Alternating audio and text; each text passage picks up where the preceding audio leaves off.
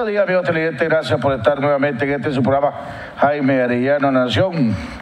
El día de hoy, tal como lo habíamos anunciado, vamos a estar platicando con el expresidente del Banco Central y exministro de Economía, el doctor Mario Arana, director ejecutivo de APEN. Hoy vamos a estar hablando alrededor de la situación económica del país, el impacto que tendría o va a tener o puede tener esta reforma al Seguro Social y la propuesta que extraoficialmente se saben que se están negociando, debido a que de una manera, creo desde mi punto de vista, no correcta, todo se está manejando en secretismo entre tres partes. Uno no puede exigir transparencia si no practica la transparencia. Vamos a estar hablando con el doctor Mario Arana alrededor de este punto. Vamos a estar preguntándole alrededor de si hay las alternativas que hay, si se están discutiendo alternativas alrededor de este tema. La cumbre de las Américas ha perdido relevancia. No va a llegar el presidente Trump. Ayer Maduro anunció que también él iba a desistir de la posibilidad de participar en la cumbre de las Américas, que no iba a ir. Aquí, aunque no oficialmente, todo el mundo, los rumores es que el presidente Ortega tampoco va a participar en la cumbre de las Américas. Lo que hace esta cumbre, pues, que haya perdido atracción, pero sobre todo aquello que se estaba esperando, que esta cumbre de las Américas lograra consolidar acciones más firmes y más concretas para obligar al presidente Maduro y a buscarle una solución rápida a la situación de Venezuela. Pareciera que la ausencia del presidente Trump ha bajado los ánimos y ha bajado la esperanza de que se pueda conseguir una posición sólida, respaldada por acciones fuertes y rápidas para buscar solución al lado de Venezuela.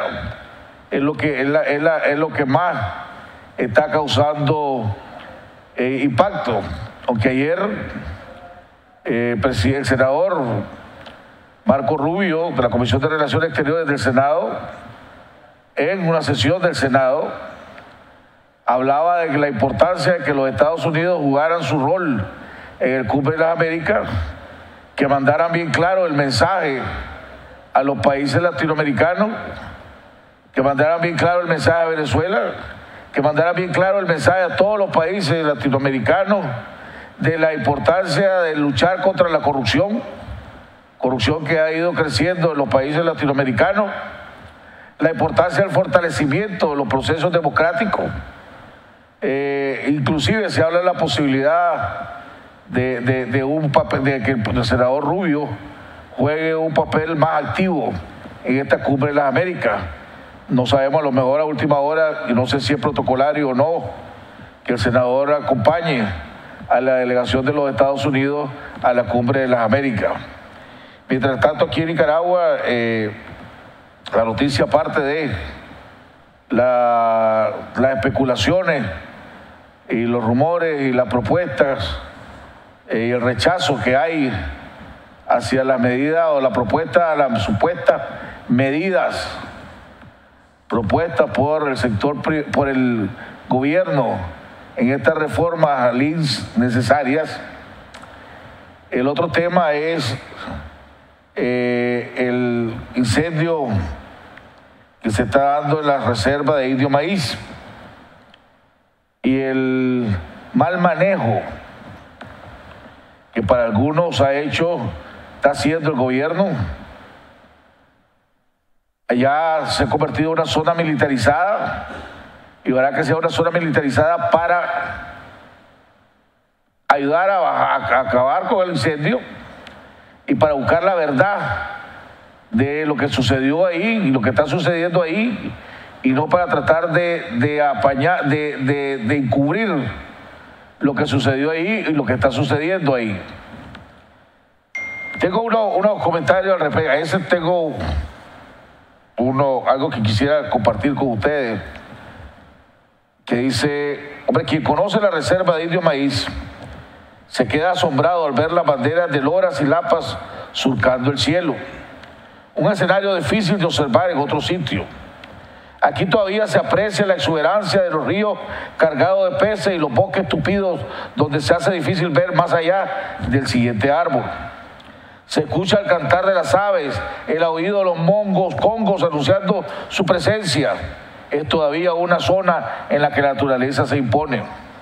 La invasión de esta reserva natural por el hombre es como una plaga que va destruyendo lo que encuentra a su paso. El error inmenso que se comete al pensar que las áreas del bosque, una vez que estos son talados, pueden ser usadas como tierras fértiles para la siembra de cosecha, motiva a las personas a invadir y como termitas a acabar con todo lo que encuentren a su paso. Nadie piensa en estos bosques, son hábitats de muchas especies de animales y plantas que están interconectadas entre sí y con nosotros los seres humanos. Los bosques tropicales son ricos en diversidad de especies, nos protegen de huracanes, amarran los suelos, ayudan en la producción del agua, producen oxígeno, capturan dióxido de carbono y son hábitats de muchas especies de animales. Es más importante invertir en la preservación que continuar observando su destrucción. El fuego que hoy consume estos bosques amenaza la biodiversidad y al hombre mismo. La atmósfera se contamina, el humo se esparce con el viento, el dióxido de carbono se libera y continúa la destrucción. Cada día son más hectáreas las que se suman al incendio. La dimensión de esta sobrepasa las capacidades nacionales. Para Nicaragua es una catástrofe. Para el planeta es un agravante a los problemas ambientales existentes. Sin embargo, no parecen tomarlo en serio. Un helicóptero no es suficiente para apagar este incendio. Es demasiado grande para rodillas. Los vientos son fuertes, capaces de llevar las llamas y material vegetal incandescente a otras áreas, esparciendo el fuego. La única barrera puede ser los ríos, pero el viento es fuerte y el fuego se puede sobrepasarlo. Estamos en problemas. No podemos manejarlo solos y necesitamos ayuda internacional. Debemos de solicitarla. No es una emergencia únicamente cuando nos vemos forzados a evacuar personas. Es una emergencia ambiental porque atenta contra la biodiversidad, la atmósfera, los suelos, el clima. ¿Cuándo vamos a reconocer que no tenemos la capacidad de combatir el incendio solo y pedir la ayuda que necesitamos? ¿Quedará algún árbol entonces para que se cuelgue un mono o anide un ave? Espero que sí. Espero que el gobierno reaccione lo más rápido posible. Hago nuevamente una llamada al gobierno para que solicitemos a otros países ayuda para apagar este incendio. Salvemos Indio Maíz, pidamos ayuda para poder salvarla. Vamos a ir a un corte comercial, vamos a ir el editorial del COSEP, de nuestro buen amigo José Ángel Guerri, presidente del COSEP. Corte comercial y regresamos con nuestro invitado. Esperemos que ya esté entonces el doctor Mario Arana.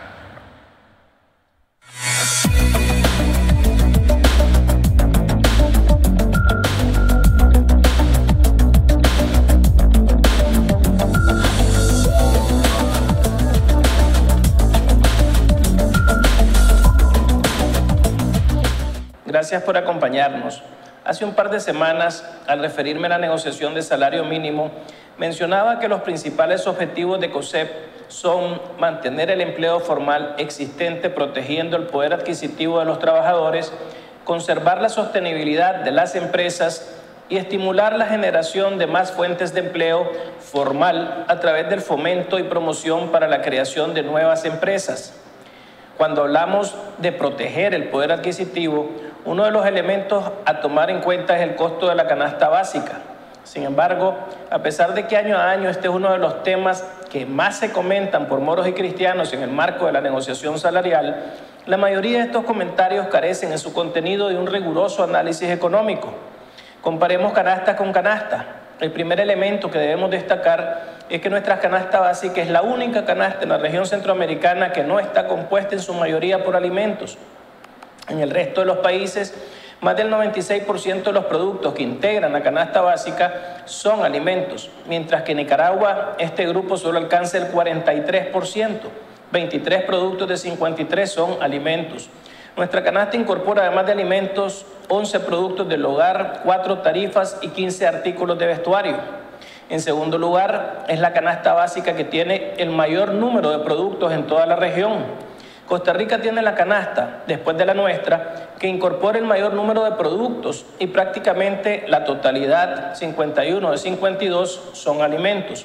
Guatemala tiene 33 de 34, Honduras 29 de 30 y El Salvador 22 de 23, que son alimentos. Es por ello por lo que no se puede comparar nuestra canasta con la canasta de los otros países de la región, pero hay más diferencias. En tercer lugar, el tamaño promedio nacional de la familia en los países centroamericanos es diferente. En Honduras es de 5 personas y le siguen en orden de importancia Guatemala con 4.8 personas, Nicaragua 4.3, El Salvador 3.7 y Costa Rica, que cuenta con una familia de 3.2 personas. Aunque la familia en Nicaragua es de más de 4 personas, todas las discusiones parten de un supuesto equivocado, que una sola persona debe cubrir el costo de la canasta cuando al menos 2 personas deben hacerlo. En cuarto lugar, los sectores beneficiados con el salario mínimo no solo son urbanos, sino también rurales. Y en este aspecto acotamos que solo en 2 países existen datos de la canasta de consumo básico rural, Honduras y Costa Rica. En esto hay que entender que el consumo rural es distinto del urbano, por lo que la misma canasta no puede ser aplicable para todos. En quinto lugar, las familias de Nicaragua consumen el segundo mayor volumen de alimentos mensualmente, 173 kilogramos. Le antecede en orden de importancia a Guatemala con 180 y le siguen Honduras 169, El Salvador 104 y Costa Rica, que alcanza 103 kilogramos. Tenemos menos productos alimenticios en nuestra canasta que en el resto de los países de Centroamérica, pero mayor cantidad de unidades por producto y mayor consumo. Y ese es el sexto elemento, ya que al tomar en cuenta el tamaño promedio nacional de las familias de cada país, el volumen de consumo per cápita de alimentos es mayor en Nicaragua, 39.9 kilogramos, seguido de Guatemala, 37.7, Honduras, 33.8, Costa Rica, 31.7 y El Salvador, 27.9 kilogramos. Lo anterior explica en parte el porqué del costo de la canasta básica, donde solo incluimos alimentos, es mayor en Nicaragua, alcanzando 8.374 córdobas en el 2017. El ejercicio fue hecho para las canastas de los demás países en córdobas, con los precios al consumidor de Nicaragua ese mes, siguiéndole en orden de importancia en un porcentaje del costo de Nicaragua, Guatemala 93.6, Honduras 78.6, Costa Rica 65.2 y El Salvador 53.9%. Estos son hechos importantes porque no debemos obviar que nuestra economía es la más pequeña de la región y aún comparado con las economías más grandes, el costo alimentario de la canasta es mayor en Nicaragua. Debemos superar los mitos y hablar de realidades. No podemos ponernos en una carrera por alcanzar una canasta fuera de la realidad económica del país y de la región. La mejora salarial y del poder adquisitivo debe lograrse a través de mejoras en el incremento de la productividad laboral y no politizando y manipulando estos temas. Este ha sido el editorial de la semana. Fortaleciendo al empresariado, hacemos grande a Nicaragua.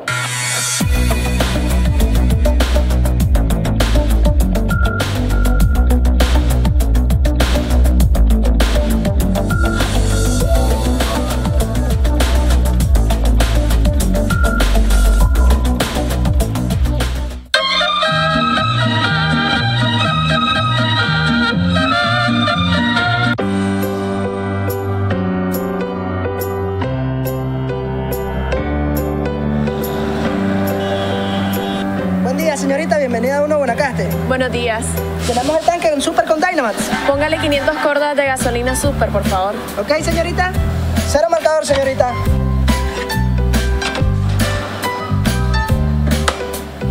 Listo, señorita. Gracias, voy a pagar con Payphone. Ok, señorita. Regáleme su número, por favor. Listo, llega el mensaje. Ya, confirmado.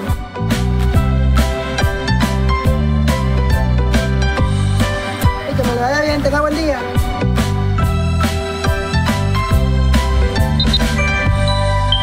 FAMPRO, Grupo Promérica. Bienvenidos. Somos Grupo CCN, una familia de empresas que siempre le ha apostado a Nicaragua. Somos compañía cervecera de Nicaragua, compañía distribuidora de Nicaragua, Super Express, Fundación Victoria. Con nuestros productos se refresca a más de 2 millones de personas todos los días. Aquí es uno de los mejores lugares para trabajar y desarrollarse, donde cada colaborador con su trabajo genera una mejor calidad de vida a miles de familias.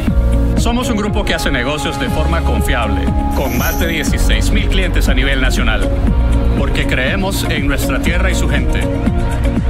Grupo CCN, hecho en Nicaragua. En tus cultivos jamás puede faltar el agua. Por eso, usa los sistemas de riego distribuidos por Casa MacGregor, distribuidor exclusivo de marcas reconocidas a nivel mundial. Estos sistemas aplican la cantidad óptima de agua en el momento adecuado durante toda la temporada, usando menos agua que otros sistemas similares. Nuestro departamento de riego te ofrece soluciones integrales en sistemas de riego por goteo, microaspersión, mini aspersión, carretes y pivotes. Contamos además con bombas accionadas con motores de combustión, eléctricos, sumergibles y turbinas verticales. Usamos tecnología de punta para optimizar los resultados y garantizar el retorno de la inversión. Para mayor información, visita la sucursal más cercana o llama al 2266-6151. Casa MacGregor, totalmente confiable.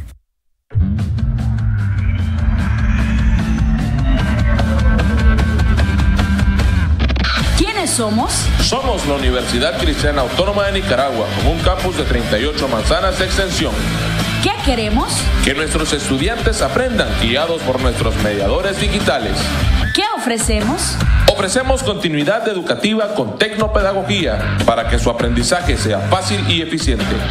Un título con conocimiento es igual a éxito. Julián, ¿te acuerdas cómo se llama la playa a la que fuimos el año pasado? Playa Jardín. Nunca viajamos en las vacaciones. Quiero ir a un lugar exótico. Ay, estamos soñando. Claro que no. Ya nos aprobaron el préstamo personal del BDF. Amor, para vos querer es poder. Si querés algo, solicita tu préstamo personal BDF. Preaprobación en minutos, sin fiador y tasa preferencial. BDF, simplifícate.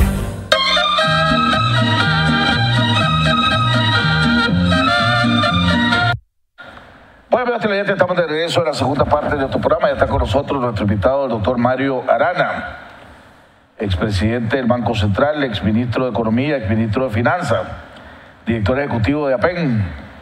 Lo habíamos invitado, originalmente digamos, este programa era para que continuáramos hablando. La última vez tuvimos la oportunidad de intercambiar puntos de vista. Habíamos hablado de la necesidad de cómo mejorar la productividad en este país, cómo volver a Nicaragua más competitivo, cómo hacer crecer la economía de este país a niveles donde ya empiece a tener un impacto serio en la lucha contra la pobreza, que todo es lo que queremos en este país. Como ahora que estamos en el programa, le pedimos que ampliáramos un poco el programa en el sentido de que ahora está en el tapete de la mesa algo que no teníamos contemplado, por lo menos, y menos de hacerlo de una manera con carácter prácticamente de urgencia, como se está tratando de hacer, que es una reforma al IMSS, que ya se había desde el año pasado, se sabía qué hacer, pero que ahora a última hora se tienen que hacer porque prácticamente para el 15 de agosto, según la fecha extraoficial que se sabe, es donde prácticamente va a estar en liquidez el Seguro Social. Y le he pedido que habláramos con él para que hiciera un análisis del impacto que si se aprueban estas supuestas propuestas que hay, porque volvemos, todo esto es supuesto, porque se maneja todo bajo un secretismo, que todo se filtra, porque aquí en este país es muy difícil mantener las cosas en secreto, pero no son oficiales. ¿Cuál es el impacto que va a tener? Don Mario, bienvenido al programa, gracias por haber aceptado la invitación. Gracias, Jaime, por la invitación igualmente. Sé que ustedes ahorita están sobre todo bastante ocupados, un evento que tienen Mañana, si no me equivoco. Mañana, jueves al mediodía, un almuerzo de gala para homenajear a los principales exportadores del país a 3 niveles, ¿verdad? Pequeña, mediana, gran empresa. Se les da un reconocimiento una vez al año y es un motivo, pues, ¿verdad?, de celebración, donde asisten, pues, los líderes empresariales, diferentes países que están comerciando con nosotros. Un bonito evento, pues, para hacer mucha relación de negocio. ¿Empresas productoras del sector agropecuario o de todos los niveles? No, de todo, realmente. Realmente apenas, más allá del sector agropecuario, ha tenido un acento fuerte porque este país es bastante agropecuario, pero ahí es de todo. Eso es lo que alguien ayer platicando con gente del sector privado me decía, tal vez, de que uno de los que podría ser uno de los sectores que podría ser más afectado con esto si se da ese aumento patronal, entre otras medidas, del 3.25 son las empresas exportadoras. Porque aquí en Nicaragua dicen, bueno, las nacionales lo que podrían hacer es trasladarlo al consumidor. Pero no venir, si son una empresa exportadora, de repente, de la noche a la mañana, decir, voy a aumentar el precio del producto que voy hacia afuera. Hombre, no sé si ustedes han sido invitados, fueron invitados a participar en estas negociaciones que se están dando tripartistas entre el gobierno, el COSEP y los trabajadores, o un sector de los trabajadores. ¿Qué impacto tendría en la economía nacional? Y habíamos hablado la vez pasada de la necesidad de volver a Nicaragua más competitivo y lo que teníamos que hacer. ¿Qué tan golpe sería esto para la economía nacional de aprobarse las reformas como las quiere aprobar el gobierno? Bueno, efectivamente, Jaime, como mencionabas, en el sector exportador tendría que haber preocupación, y hay preocupación, sobre cualquier cosa que afecte la incidencia en la competitividad de lo que hacemos. Y esto efectivamente te sube el costo de la mano de obra, que es un costo significativo, importante, dependiendo de los rubros o el sector en el que estés, ¿verdad? Es decir, nada que tenga que ver con aumentar costos le viene bien a las empresas desde el punto de vista de competitividad. Yo creo que tal vez esa es la principal distorsión, además, que creo que hay que tomar en consideración. O sea, aquí tenemos un tema que no hemos venido logrando hacer la media que deberíamos hacer en crear empleo formal. Más bien ha habido un retroceso en la formalización, en la formalidad en Nicaragua. O sea, habíamos alcanzado casi 50-50 empleo formal versus empleo informal. Y ahora otra vez estamos en 70% de empleo informal.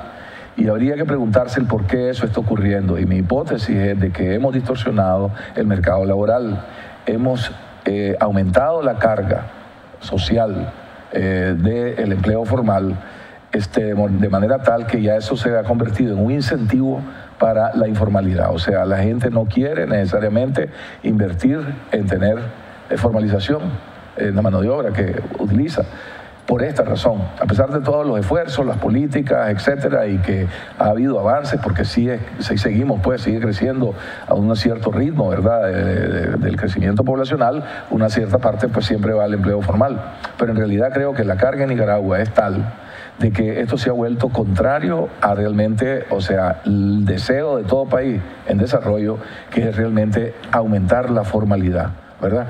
Y yo creo que esa es la principal distorsión que tenemos que evitar, que más bien incentivemos más la informalidad. Eso se ha puesto en los titulares probablemente con muy buena razón, es decir, porque creo que ese es el principal problema, riesgo que acarrea. Ahora, el problema no es sencillo, ¿verdad?, ciertamente, y se han acumulado una serie de elementos, algunos de los cuales se esperaban y no había forma de evitarlo, otros han aparecido en el camino, realmente han habido, digamos, inclusive hasta cambios de políticas que han acentuado el problema que hoy tenemos, ¿no?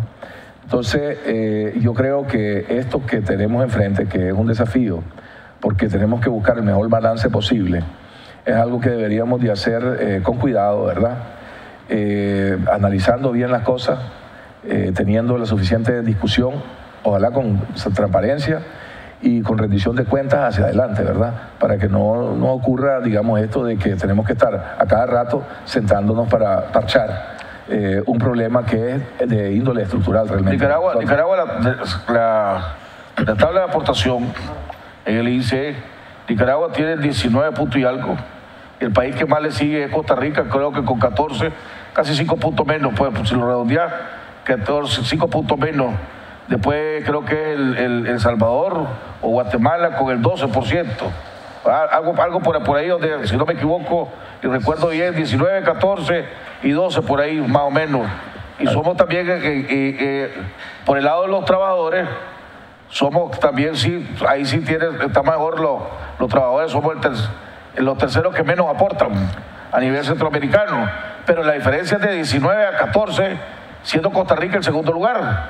Ahora estaría hablando de llevarlo de 19 al 22.5%.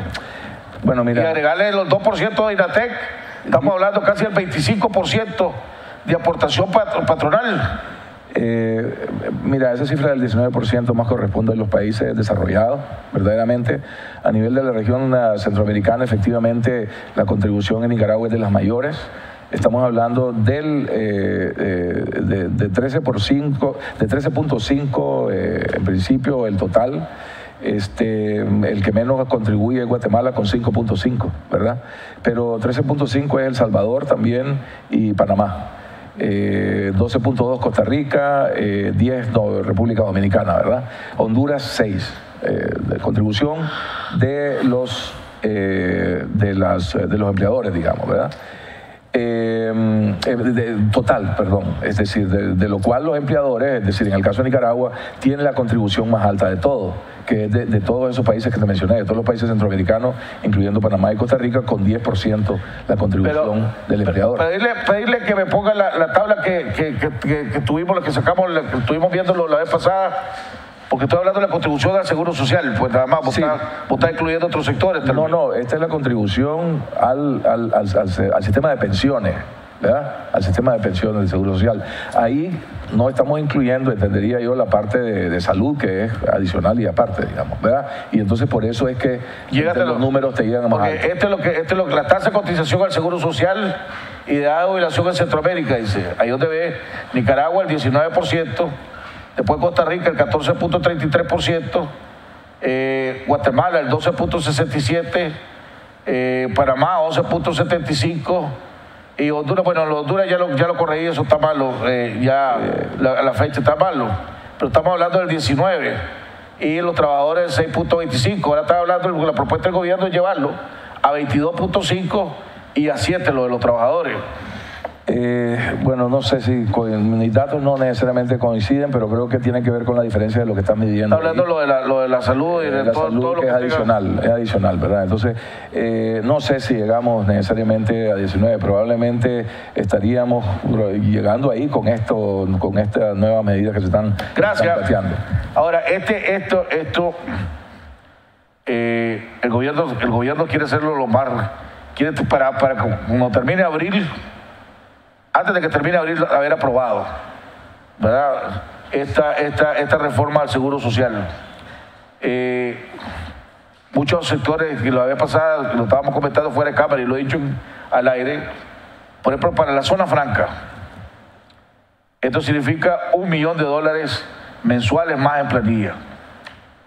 Van a causar despido, van a causar desempleo y algunas hasta inclusive se van a ir, pues, o se pueden ir. Se está corriendo el riesgo eso. Pequeño, un amigo de una financiera me decía, este impacto para nosotros, y empezamos a hacer los cálculos, me dice, significaría $1,5 millones más en la planilla mensual de Córdoba, para ellos, para un negocio y ellos tienen ¿cuántos mil empleados? Pues, ya $1,5 millones significaría. Ya estás hablando cifras de que si a cualquier negocio, tu planilla va a aumentar $1,5 millones de Córdoba mensuales a partir de un golpe, nadie está listo. Bueno, efectivamente, Jaime, esto golpea si se implementa como pretenden en las propuestas que hemos oído, que se han hecho públicas, ¿verdad? Que realmente se han filtrado, porque lo cierto es que... Oficialmente nadie sabe. Pues lo que había es una negociación que se planteó, pues se puso sobre la mesa, es decir, se puso una propuesta, obviamente esa propuesta la tiene que analizar el sector privado, debe reaccionar, debe hacer su contrapropuesta, es un proceso, pues, ¿verdad? Y lo mismo asumo que se tendrá que hacer con el sector laboral, y yo creo y entiendo que los sindicatos tienen también sus puntos de vista. APEN es parte del COSEP, ¿no? Sí, ustedes son una cámara del COSEP. Sí. ¿Cómo se está discutiendo esto en el sector privado? O sea, ustedes, las cámaras, Bueno, hoy es miércoles, hoy es reunión de... no fue ayer porque fue... porque el viaje de la cumbre de las Américas. De las Américas, sí. Ok, supongamos que... ¿Cómo están trabajando ustedes? El Chano le está explicando a ustedes lo que el gobierno le está proponiendo. Entre todos están haciendo su aporte. Se nombró una comisión especial del COSEP, que es la que está negociando, pero siendo tomadas las decisiones en conjunto, porque hay unos sectores que esto no los va a afectar, pues básicamente casi no los va a afectar lo del aporte patronal, porque pues no, pero hay sectores que sí van a ser seriamente afectados con esto. Entonces, ¿cómo lo está manejando usted en el sector privado? Bueno, mira, efectivamente el COSEP ha recibido una propuesta. Yo creo que eso a estas alturas es bastante público. Y ya se está diciendo que están viendo pues este asunto. ¿Cómo lo están viendo? Hay un equipo técnico que se ha juntado, ¿verdad? Es decir, con gente que conoce y tiene instrumentos, herramientas para analizar las distintas alternativas, ¿verdad? Porque la contrapropuesta lo que significará es decir, bueno, ¿por qué no nos vamos por este camino en vez de lo que tú me estás proponiendo? Claramente lo que se está proponiendo es bastante ambicioso y además, como diríamos, no necesariamente lo más sano desde mi punto de vista, pues, ¿verdad? Porque realmente creo que está distorsionando el mercado laboral, está incentivando la informalidad y no es algo que debes hacer. Entonces realmente hay que dimensionar el problema en toda su dimensión, en toda su magnitud, entender esto como un asunto estructural que hay que resolver, que hay que ver con una visión de largo plazo, no resolver el día a día, el corto plazo, sino también el largo plazo, y buscar una mezcla de medidas. Es decir, el Fondo Monetario en realidad hizo un buen análisis, no tiene toda la profundidad que se requiere, porque se tienen que hacer corridas actuariales. Verdaderamente el COSEP tiene la capacidad de hacer corridas actuariales y las va a estar haciendo seguramente para ver las distintas opciones en el equipo que se ha conformado. Pero el asunto es, el fondo dejó un estudio bastante interesante, hace mediados del año pasado lo terminaron, en realidad donde hablaban de distintas opciones, inclusive ellos estaban conscientes. Y mira, Jaime, lo que pasó, o sea, el fondo le presentó al sector privado, yo estaba en esa reunión, un informe, ¿verdad?, sobre cómo veían la economía del país, pero lo primero que presentaron fue lo del informe del INS, su análisis pues sobre el INS, más reciente, lo que hicieron hace un par de meses inclusive acá. Nos preguntaron, ¿qué es lo que ustedes consideran que no es una opción de política? Francamente, yo fui el primero en decir, no aumentes las contribuciones. Si podemos evitar aumentar las contribuciones de los trabajadores o de los empleadores, es decir, eso es lo que no debería hacer. En el documento del 2017, que yo no conocía, ellos relevan eso, porque ya admiten y reconocen que la carga en Nicaragua es de la más alta, ¿verdad? Es decir, a nivel de América Latina, pues. Entonces, si fue una propuesta que ya ustedes ya habían tocado el tema, el sector privado, y donde el Fondo Monetario reconoce, ¿cuál es la insistencia del gobierno? Bueno, es que el problema que tiene el gobierno, y hay que darle la razón en eso, ¿verdad?, es de que en realidad las reservas líquidas prácticamente no existen, no hay. O sea, las que habían se convirtieron en activos no líquidos prácticamente a través de una serie de políticas, y luego hoy te quedaste sin reservas líquidas. Entonces lo que tenés son activos adicionales que compraste, hospitales para los pensionados, que compraste o invertiste en vivienda o en otras construcciones, hiciste sucursales para en principio buscar cómo ampliar la base, pues, ¿verdad? Uno pudiera decir está correcto, además para llevar beneficios, pues, ¿verdad? Es decir, y te has montado una serie de políticas que te han complicado tu situación, ¿verdad? Entonces, efectivamente, el gobierno y el seguro tiene una necesidad de liquidez que es sumamente crítica. Inclusive por eso es que sentí que el mismo ciudadano reconoce, pues, ¿verdad?, que hay un problema de liquidez, pues, de corto plazo, que hay un problema de esa naturaleza. Entonces, eso normalmente lo tenés y lo podés solucionar probablemente con contribuciones o que te venga plata de algún lado, ¿verdad? O sea, ya sea transferencias públicas, que está entre las opciones, porque realmente hay ciertos compromisos que ha asumido el seguro que probablemente deberían de ser financiados por el presupuesto y que no corresponden. ¿Qué es lo que estamos hablando? Las víctimas de los liceados de guerra, efectivamente, las pensiones, ¿cómo se llama? Parciales, ¿cómo que le llaman? La pensión reducida. Las pensiones reducidas no están contempladas en el...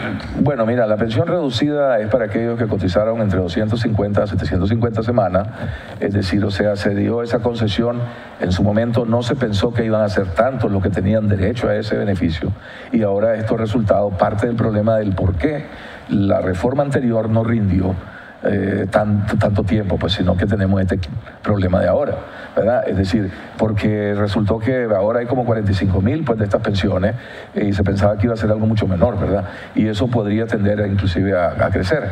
Es lo que nos lleva a lo siguiente. Entonces, sí, por más, vos lo acabas de mencionar ahorita, y quiero agradecer, recibí el día de ayer, y agradezco al presidente del COSEP, me mandó el editorial del 2014, de los puntos del COSEP alrededor de la reforma del INSS, donde el COSEP no estaba de acuerdo en muchas de las cosas que se estaban haciendo, porque decía que se necesitaba hacer más, no era suficiente con lo que se estaba haciendo. Correcto. Entonces volvemos a lo mismo. ¿Qué garantía hay? Porque el gobierno no le está llegando al fondo del asunto.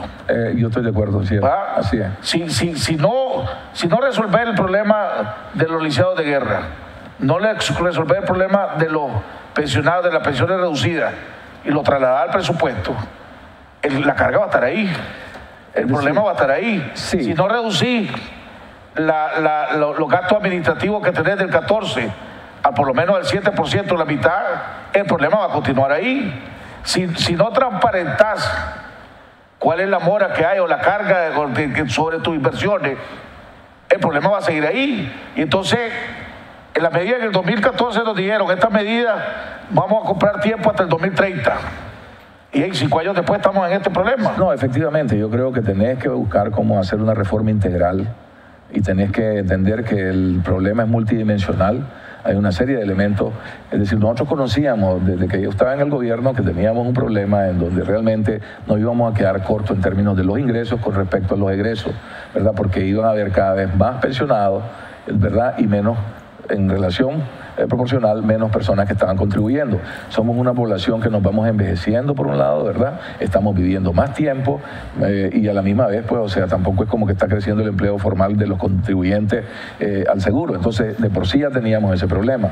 A ese problema se le han añadido otros, que son producto de muchas de estas cosas que están mencionando. O sea, efectivamente los cargos administrativos están disparados, realmente se dispararon. El salario promedio que se le paga en el seguro es superior al salario promedio en el gobierno. 14 salarios. Se pagan además 14 salarios, ¿verdad? Hay gastos operativos también que se han incrementado, y bueno, los beneficiarios probablemente han sentido más y mejores servicios. Efectivamente ha mejorado eficiencia en los beneficios de los servicios que se dan, pero realmente eso ha tenido un costo, pues, y la pregunta es si es sostenible o no lo es. Entonces, en realidad deberías de buscar cómo corregir en estas cosas, y lo que el gobierno inclusive propone es que no aumentar los gastos administrativos más de 5% mensuales, o sea, cuando realmente debería estar buscando cómo lo reduce. Entonces, yo creo que la propuesta no es realmente una propuesta lo suficientemente convincente de que está haciéndose un esfuerzo lo suficientemente serio, y realmente tenés que ver, pues, reformas paramétricas del estilo de aquí son pocos años los que contribuimos y cada vez estamos viviendo más. Entonces, o aumentás las contribuciones desde el punto de vista de los años que cotizás, por ejemplo, ¿verdad? O reducís la edad, o aumentar la edad de retiro, pues, es decir, que es casi igual, o reducir los beneficios, pues, ¿verdad? O una mezcla de esas cosas.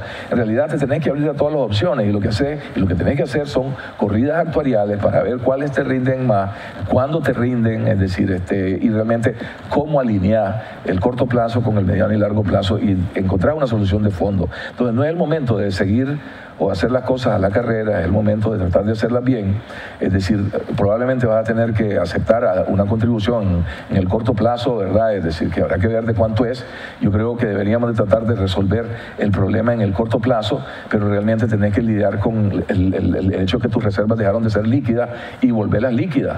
Eso significa que vas a tener que a lo mejor vender algunas de estas sucursales, es decir, vas a tener que pensar en subcontratar algunos de los servicios que tal vez te resultan más barato que vos estar invirtiendo en costos operativos, administrativos. Y ver qué es lo que pasa con la mora que tienen, pues, con la mora de las inversiones, los préstamos que hay. Ahí hay varios edificios vacíos financiados por el INSS. Bueno, que nadie sabe que... Algunos, mira, es decir, yo creo que hay que replantear, y esto lo dice el fondo, no lo estoy diciendo yo tampoco, ¿verdad? Es decir, que hay que replantearse la política de inversiones. Normalmente los seguros invierten en instrumentos líquidos de muy bajo riesgo a nivel del mundo, ¿verdad? Aquí decidimos tomar otro tipo de riesgo, otro perfil, y realmente no se corresponde con la realidad que ibas a enfrentar. Pues, ¿qué diferencia hay entre la administración del Seguro Social en el gobierno de don Enrique Bolaño? Porque si no me equivoco, cuando ustedes dejaron el gobierno del presidente Bolaño, el INSS quedó con un superávit. Quedó con reservas aumentadas sustancialmente. Se hizo mucha mejoría. Entonces, en materia de eficiencia. ¿Qué es lo que hicieron ustedes que este gobierno no continúa haciéndolo? Jaime, mira, entonces también decíamos que iba a haber un problema. El problema iba a existir, lo hemos complicado aún más, ¿verdad? Es decir, en realidad, pero el problema siempre iba a existir. Siempre iba a existir el problema, como te digo, de que somos pocos los jóvenes que cotizamos y más los adultos mayores, los retirados que tienen y reciben beneficios del Seguro Social, ¿verdad? Entonces, ese problema estructural siempre estaba. Pero como te digo, a eso se añadieron aumentos en gastos administrativos, inclusive por cambios de política, servicios que quisiste dar, pero realmente a la luz de donde estamos probablemente no era la mejor opción, ¿verdad? Es decir, aumentaste tus gastos operativos por las mismas razones, hiciste inversiones no líquidas que probablemente tampoco tenían mucha viabilidad en el contexto del futuro que te venía. Entonces, yo creo que tenemos que replantearnos la estrategia. Creo que se ha complicado la situación del seguro y creo que hemos sido nosotros los responsables. Debería de haber mayor rendición de cuentas, mayor influencia de gente conocedora en las decisiones, es decir, de lo que ahí se gesta hacia futuro. Y en esta reforma creo que tenés que tener el cuidado particular, y esto es lo último que voy a decir sobre este tema, porque verdaderamente aquí solamente me estoy quemando, es decir, levantando estos asuntos, pero creo que es importante para la competitividad del país. No distorsiones tampoco más tu mercado laboral, no incentives la informalidad, porque realmente iríamos contrario a las tendencias de desarrollo que realmente necesitamos acelerar. Estaba comentando antes de entrar al aire, lo voy a comentar con los amigos televidentes, que un amigo mío el día de ayer nos estaba comentando que a raíz de todos estos clavos, y de hace rato, pues viene a falta de la creencia que lo que el INSS va a solucionar y que va a bien un dolor de cabeza, él tiene como 60 trabajadores, trabajan para él como 60 personas. Y él y los 60 trabajadores mandaron una carta al Ministerio del Trabajo diciendo que renunciaban al INSS, que ya no querían ser más afiliados al INSS y que ya iban a dejar de aportar. Pues el otro que ya no quería que le quitaran, pues. El Ministerio del Trabajo le mandó a decir que retiraran esa carta, que era ilegal lo que él estaba haciendo, que lo hiciera si quería, pero que no lo pusiera por escrito. Pues el delegado del Ministerio del Trabajo fue decente en revolverle eso. Pero esa es la situación, eso es lo que se está promoviendo. Bueno, mira, yo creo que las implicaciones son importantes, son serias. Mi mejor consejo es buscar una solución de fondo, buscar una solución que mezclamos diferentes opciones, diferentes alternativas, no sobrecarguemos solo una de ellas porque cada una tiene distintas consecuencias. Eso no te lleva así, pero por ejemplo, esa meta que tiene el gobierno de aprobarlo durante el mes de abril, antes de que termine abril, las medidas de la reforma al INSS, buscando realmente, si queremos buscar soluciones concretas que sean efectivas a largo plazo, no le veo. Mira, o sea, yo realmente ahí soy más flexible porque vos podés tomar algunas medidas en el contexto de un acuerdo en principio, de opciones que vas a examinar y compromisos que podés establecer como para que al final terminemos con una mezcla de política. Si hay un problema de corto plazo, que te digo, es un problema de liquidez. Es decir, inclusive hay distintas alternativas, no solamente aumentar la cotización, pudieras emitir algún tipo de título, algún tipo de bono para financiarte si quisieras, digamos, comprar tiempo, porque sí necesitas de alguna manera resolver el tema de liquidez en un plazo relativamente corto. Yo quiero un cambio, cuando regresemos seguimos platicando con nuestro invitado, el doctor Mario Arana. Ya volvemos.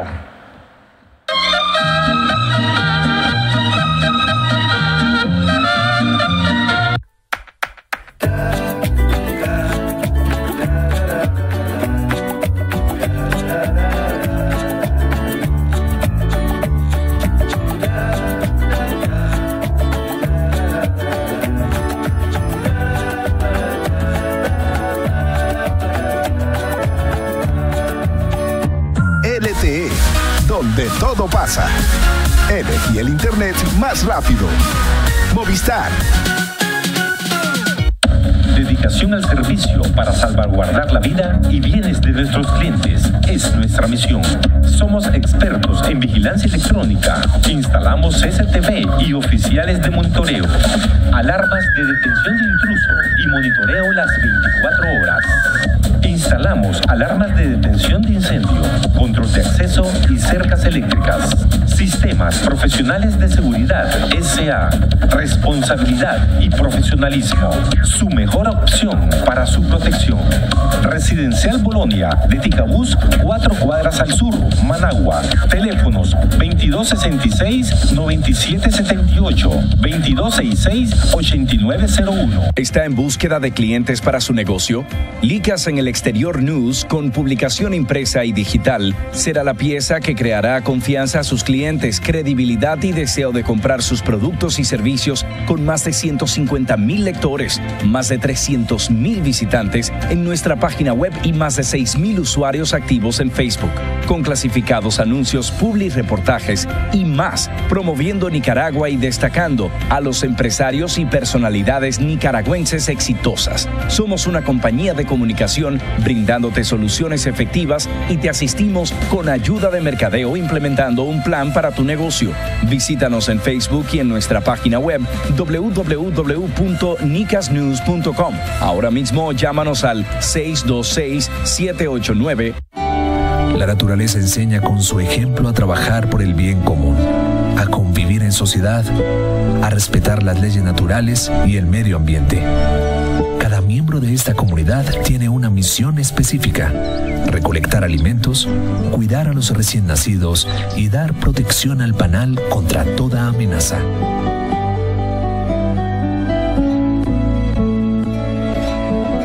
Improvisa.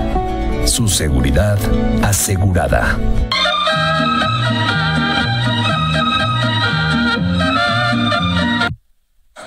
Bueno, amigos televidentes, estamos de regreso en la tercera parte de nuestro programa con nuestro invitado, el doctor Mario Arana. Mario, las diferentes, rápidamente para que pasemos al otro punto, las diferentes propuestas que han salido a luz. Yo, por ejemplo, he tirado aquí en el programa el 2% de INATEC, que desde hace rato el sector privado viene quejándose que no están usándose eficientemente y que no hay la transparencia necesaria. Pues ahí tenés de dónde agarrar. Aquí hay gastos que el gobierno está haciendo que se podría reducir y tirar esa plata al Seguro Social como parte del pago del Estado hacia el Seguro Social. Mi pregunta es la siguiente: ¿hay otras alternativas en la mesa que haga que no sea necesario el aumento de la aportación patronal al Seguro Social? Mira, Jaime, yo diría, primero hay que escuchar al país. Realmente yo he recibido posiciones de la Central Sandinista de Trabajadores, pues me han enviado su postura, pues verdaderamente yo converso con ellos de forma regular. Escuchemos al país, en realidad, veamos los puntos de vista de diferentes actores y sectores. No va a ser posible complacer a todo el mundo, pero podemos tratar de encontrar una mezcla que sea razonable, que nos compre realmente una solución estructural. No hagamos necesariamente cosas abruptas y a la carrera. Creo que la postura que está, la posición que está puesta sobre la mesa es muy abrupta realmente, es decir, y creo de que la solución está en una mezcla de cosas. Pero sí, inclusive, es decir, efectivamente el 2% de lo que se le paga al INATEC podría ser parte de la solución, porque realmente no hay mucha satisfacción en el sector privado con el servicio que recibe de INATEC, pues, ¿verdad? Entonces, al final, hasta eso tendría que estar considerando. Es decir, no sé si es lo ideal, francamente. Es decir, si resuelve lo suficiente, probablemente sí. Entonces, pero hay otras cosas, Jaime, hay otras cosas, y vas a tener que pensar en la edad de retiro, vas a tener que pensar en las cuotas de cotización y alinear un poco más el hecho de que nuestra expectativa de vida desde el 90 para acá ha aumentado 13 años, pero no hemos cambiado nada de las reglas del Seguro Social. Vos fuiste parte de un gobierno y vos mencionaste ahorita dos cosas: la cotización, el aumento de cotizaciones o el aumento de la edad de retiro. Estamos viendo que la mayoría de los países centroamericanos la edad de retiro es mayor que en Nicaragua. Efectivamente. Pero eso tiene un costo político. Pues sí. Entonces, vos que fuiste parte de un gobierno, ¿verdad?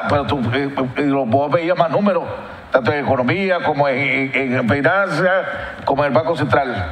¿Qué tanto va a pesar, qué tanto pesa en un gobierno el costo político contra la otra medida?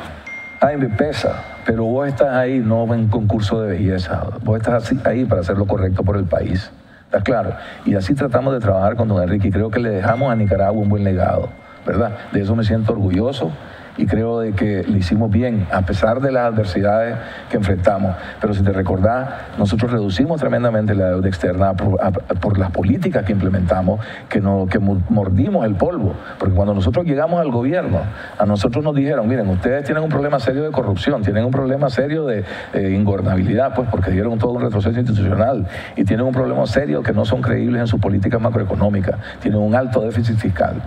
Tuvimos que corregir todo eso, pasamos los primeros años corrigiendo todo eso, nos ganamos la credibilidad y luego dejamos al país sano macroeconómicamente, con un programa que se cumplió y se cerró con el fondo y una disponibilidad inmensa de recursos externos para el próximo gobierno, una negociación encaminada con los organismos internacionales y dejamos también saneada un montón de déficits que había. ¿Esta propuesta del gobierno es más populista que técnica? Bueno, me temo yo que realmente, o sea, que no se nos pase la mano, ¿verdad? Queriendo solventar esto de la manera equivocada. En realidad creo que tenés que ver con una visión amplia toda la gama de alternativas y tenés que alinearla con lo que es razonable a nivel de la región y del mundo. Aquí hay distorsiones, es decir, en cómo tenés construido el sistema. Son pocos años los que contribuimos comparado a los años que vivimos, déjamelo ponértelo de esa manera. Así nos lo explicó el fondo y tienen toda la razón. Nos dieron datos de América Latina, del mundo, etcétera, comparados, y te das cuenta de que realmente ahí hay elementos que corregir. Lo que querés hacer es tratar de salvar los mayores beneficios posibles, ¿me entendés? Pero vas a tener que lidiar probablemente con algo de la edad de retiro, lo podés hacer gradual. El Fondo Monetario dejó algunas recomendaciones de opciones que tenía y normalmente ellos planteaban una mezcla de cosas. Yo creo que en la mezcla está la solución. Cargar a un solo lado del problema creo que no es lo correcto para dar una solución balanceada y con suficiente estabilidad a largo plazo. Lo de mañana. ¿Cuál es la idea de lo mañana? Bueno, mira, este tema me gusta mucho más que el que acabamos de hablar, pero creo pues que también es oportuno porque no podemos dejar solo a José Adán realmente como que si él es el que carga este problema, o a los líderes que son los que dan la cara. Francamente, creo que es un tema que conviene que el país lo discuta, lo discutamos abiertamente, entendamos las preocupaciones que hay, sean transmitidas, evacuadas, para que realmente al final se tomen acciones sobre una discusión abierta, pues, ¿verdad? Y no cometamos errores, ¿verdad? Porque podemos hacer las cosas mal y en principio ni siquiera resolver a fondo, pues, ¿verdad? Entonces, dicho eso, Jaime, mira, nosotros vemos lo siguiente: el país realmente, precisamente, queremos generar y debemos de generar más empleo formal, y para eso tiene que haber más inversión, tiene que haber más crecimiento, y un motor del desarrollo de Nicaragua son las exportaciones. Nosotros tenemos acuerdos con los principales socios comerciales, unos mercados extraordinarios en Estados Unidos, en Europa. Verdaderamente somos una plataforma, podemos ser una plataforma exportadora desde Nicaragua, y es tiempo que veamos la manera en cómo repensamos nuestro modelo exportador. La verdad es de que nosotros hemos estado demasiado concentrados, nuestras exportaciones tradicionales, en pocos productos. Sí hemos diversificado, porque realmente tenemos oro que antes no teníamos, tenemos maní que antes no teníamos, tenemos arneses y tenemos la industria de la gama textil, ¿verdad?, que son cosas nuevas, verdaderamente. Y luego hemos crecido en carne, hemos crecido en café, hemos crecido en azúcar. No hemos crecido mucho en el sector pesca, marisco, etcétera. Eso ha permanecido más o menos invariable. Hemos logrado crecimiento en nuestras exportaciones, pero no hemos ganado en diversificación. Guatemala exporta 200 productos, nosotros exportamos 100. Si queremos nosotros realmente hacer que esta economía sostenga su crecimiento actual, que ha sido muy bueno durante los últimos años, y dar un salto en su crecimiento en el futuro, que es lo que necesitamos, ¿verdad? En realidad nos lo podemos plantear, y el mundo se lo plantea, los teóricos del desarrollo, por lo que te dicen es diversificar tus exportaciones. Un país como el nuestro, diversificar tus exportaciones. ¿Qué estamos viendo con INCAE, con FUNIDE? Que realmente la manera en cómo lo hemos intentado antes no necesariamente nos ha producido los resultados deseados.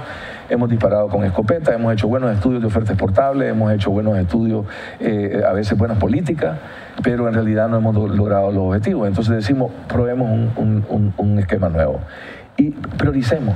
En realidad, metámonos todo un grupo y estamos convocando a 100 empresarios que nos reuniríamos en INCAE el 24 de abril para que decidamos grupos de trabajo en diferentes sectores y tratemos de priorizar una agenda, un plan de acción para ver qué nuevos rubros le echamos la vaca, como dicen, ¿verdad? Y ahí está el sector financiero, inclusive se han interesado los multilaterales, vemos mucho entusiasmo del liderazgo empresarial para tratar de ver si realmente hacemos las investigaciones a fondo, hacemos el trabajo pues de juntar todas las sinergias que se tienen que juntar, incluida la política pública. Y ¿Va a ser el 24 de abril? 24 de abril en INCAE. Hemos estado pues manteniendo al tanto al gobierno sobre estos avances, algo que estamos haciendo conjuntamente con COSEP, con Upanique, con CADIN, digamos, que además de APEN.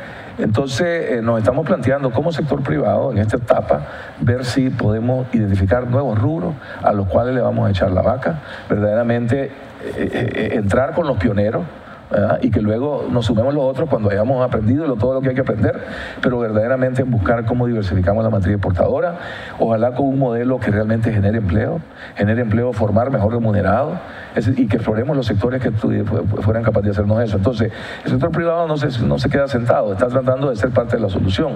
Si nosotros creamos más formalidad en Nicaragua, en el empleo, es decir, y así contribuimos al seguro social, en realidad esas son las salidas también que contribuyen a largo plazo. Primera vez en mucho tiempo que oigo, primera vez que oigo que se están uniendo todos los sectores, ¿verdad? Junto con el sistema financiero, junto con esto para un plan en conjunto. Hagamos una lista, pues pongámosle, como una lista de supermercados. Esto es lo que queremos, estos son los productos que valen la pena, echémosle la vaca a esto, financiamiento, en asistencia técnica, en apoyo comercial, en apoyo de mercadeo, vámonos con esto. Efectivamente. Esta es la idea. Tratando de trabajar con un enfoque de cadena, la cadena productiva, todos los actores relevantes, ¿verdad? Clave, con el liderazgo, ¿verdad?